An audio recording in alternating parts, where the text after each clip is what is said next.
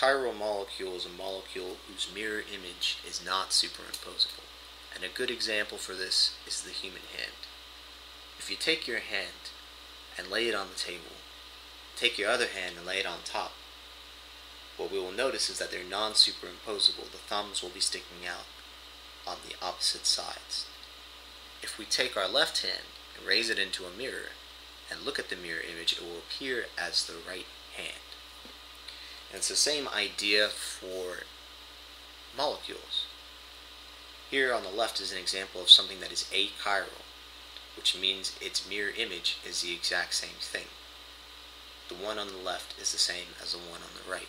They can be superimposed, and it's the same thing.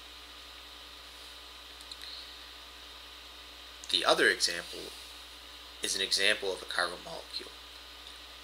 The mirror images do not match. I cannot superimpose this onto this and have it be the same thing. The chlorines and hydrogens will be opposite of each other. So this is an example of a chiral molecule.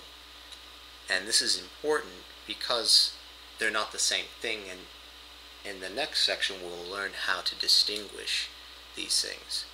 Because while these two are very similar and will have the same physical properties, boiling point, densities, things like this, in more complicated molecules that bend inward on itself, it can change the boiling points, it can change the physical properties of it. But even things like this, whose physical properties would essentially be identical, and the only difference would be is that they're not superimposable, from a biological perspective, enzymes are very specific. If, let's say, the left-hand side fits into a particular enzyme, often the right one will not be able to fit into a particular enzyme because it's shaped for something that is left-handed or right-handed. It's like a pair of scissors. Some of them are, or a glove. You cannot put a right-handed glove onto a left hand or a left-handed glove onto a right hand. It's the same thing with enzymes in biological systems. They're very, very specific.